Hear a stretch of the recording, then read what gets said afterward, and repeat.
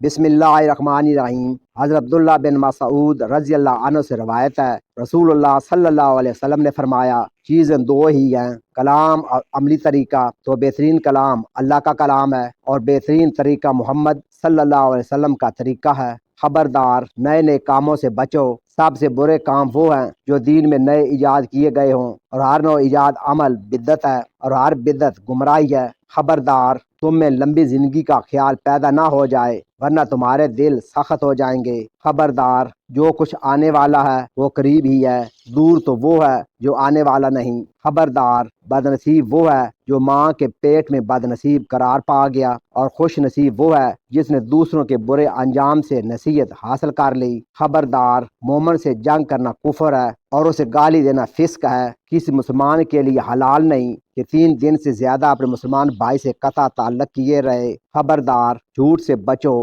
جھوٹ نہ سنجیدگی سے بولنا جائز ہے اور نہ مذاق میں۔